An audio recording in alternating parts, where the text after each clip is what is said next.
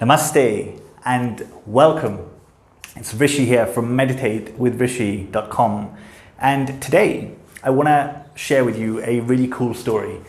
This is the story of the Sage Valmiki. So many of you will know Valmiki as the author of the Ramayana, one of India's greatest epics. But not many people know the story of Valmiki, right? So everybody knew him as a sage.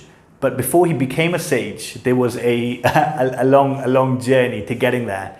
So the story goes that Valmiki was initially, his real name was Ratnakar, and he was a hunter in the forest. And not only a hunter, but basically when he had a family and kids, he was not able to provide for them from his hunting. So he started robbing and thieving. So he was essentially a very feared robber and thief in the forest. And, he would rob from people. At times he would kill people as well. So the story goes that one day there was a sage called Narada who was walking in the forest. And Valmiki, saw him as his next target. And he went and tried to rob Narada. And Narada, being a sage, being a really just calm person, instead engaged him in conversation. And he asked Valmiki that, what are you doing? Why are you robbing me? Why are you robbing other people? And Valmiki said to him that it's because this is how I provide for my family. I can't otherwise make ends meet for my family. And Narada said, you are fine, you're providing for your family, but you're taking on so much bad karma in doing so. You're committing so many sins in doing so. And all this will eventually come back to you. Do you think that your family will share in your sins, share in your bad karma? And Valmiki said, well, they're my family. I'm feeding them from these activities. So of course they will share in my karma, in my bad karma. And Narada said, I don't think so. I don't think that they would like to share your bad karma. So you know what? Why don't you just tie me up? Okay, tie me up here. I'll be safe. And go and ask them. Go and ask them if they will share your bad karma and come back. And if they say yes, by all means, you can rob me. So Valmiki said, all right.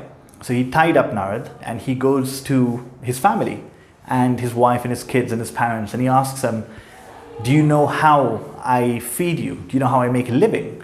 And, they said, you're a hunter. And he explained to them that that's not making ends meet. I actually rob people and sometimes kill people, to put food on the table at home. And what I want to ask you is that, everything that I bring, we all share as a family. So will you also share the sins or the bad karmas that I'm accumulating through robbing people and killing people? And to his surprise, each member of his family said a very clear no. That, no, we will not take on your bad karma or share your bad karma with you. Why would we? It's your duty to provide for us, and there are better means of doing so, essentially. And he went almost shocked. He went into shock that, I never expected this. I thought that I'm doing essentially good and providing for my family, and they will share my good and my bad. And that wasn't the case. So he goes back to Narada and he tells Narada that, you know what, you were right. They're not willing to actually take on or share my bad karma. And I've done so much of it. I've done so much of it that it dawned on him how much bad he had done by harming people. And he had no idea how he could ever repay it, how he could essentially pay off his bad karmas.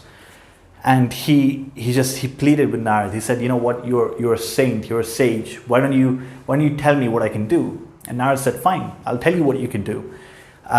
He told him, look, a very simple way of paying back your karmas is through the practice of chanting God's name and, meditation. And Narada says, well, I don't know how to do that. Can you teach me? And he says, okay. So he gave him a few different things. Can you chant this mantra? Can you chant that mantra? And Valmiki said, or Ratnakar at the time said, no, I can't, do this and do that. I don't know how to do that. And finally, Narada, realizing that he was a hunter, told him that, can you chant Mara? Because Mara means, Mar means, to kill in Hindi, and Mar means to die or death, right? So being a hunter, seeing death, pretty much every day, he said, can you chant Mara, Mara, Mara, Mara? And Valmiki said, yes, that I can do, right? So he says to him, go to the forest, okay, sit down and simply close your eyes and chant Mara, Mara, Mara, Mara, Mara. And just do this continuously until I come back to see you. And he says, okay, I will go and do that. So he goes to the forest, sits down and begins chanting Mara, Mara, Mara, Mara, Mara, Mara, Mara. And days turn into weeks, which turn into months, and I don't know the exact time, but it is said that he sat there for a very long time, maybe even years. And I imagine that Narad, gave him some kind of blessing that he could sit there and do that for that long. And finally, one day, after a long, long time had passed, Narad comes back, and what he sees is that where Valmiki was seated, where Ratnakar was seated, there was actually an anthill all around him, right? So because he's been sat there for so long, ants had formed an entire hill around him, and you couldn't even see him. So he's sitting in there and meditating for all that time, right? And Narad now shouts, "O sage, come out." And Ratnakar can hear him, but he's like, who is he calling? I'm not a sage. And he just keeps shouting, "O sage, come out, come out." And finally, Ratnakar, gets up and he's like, "Who are you calling? I'm no sage, I'm a sinner." And at that point, Narad tells him that you're not a sinner anymore. You are actually a sage. Your practice, your penance, your intense, meditation has burnt all your bad karmas, and you are now a sage. And at that point, he named him Valmiki. So Valmika in Sanskrit means anthill, and Valmiki means the one born out of the anthill. So what a story, right? What a beautiful story that, just by doing that practice, he essentially burnt all his karmas and became a sage, was proclaimed a sage. So what's the point of the story? What is the moral of the story? Well, one is that, all of us have a Valmiki within us, right? We all have certain bad karmas that we do on a daily basis, but it's clear from the story that just by doing practice, doing meditation, chanting the name of God, all of that can be dissolved, right? So we all have the power to transform from within just through practice. Take my story, for example, from being addicted to drugs and alcohol, it's meditation that was my saving grace and helped me come out of all that darkness, right? But more than that, I want to go into, just tell you a couple of subtleties of this story, which I don't think people often think about, right? So the first thing is the power of concentration. So Narad asked Valmiki to simply sit there and chant Mara, Mara, Mara, Mara, Mara, okay? He didn't know what he was chanting. In fact, what he thought he was chanting was a negative name. But just through the practice of concentration, what happens is that the mind becomes very silent. And when the mind becomes very silent, what is within us, our true nature, divinity, appears. And it doesn't matter what you concentrate on. That's why you're allowed to focus, have your object of meditation as anything.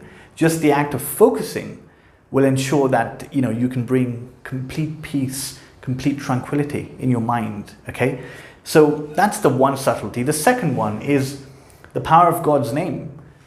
Because Valmiki was essentially chanting Mara, Mara, Mara, Mara, Mara, which actually became Ram, Ram, Ram, Ram, Ram, right?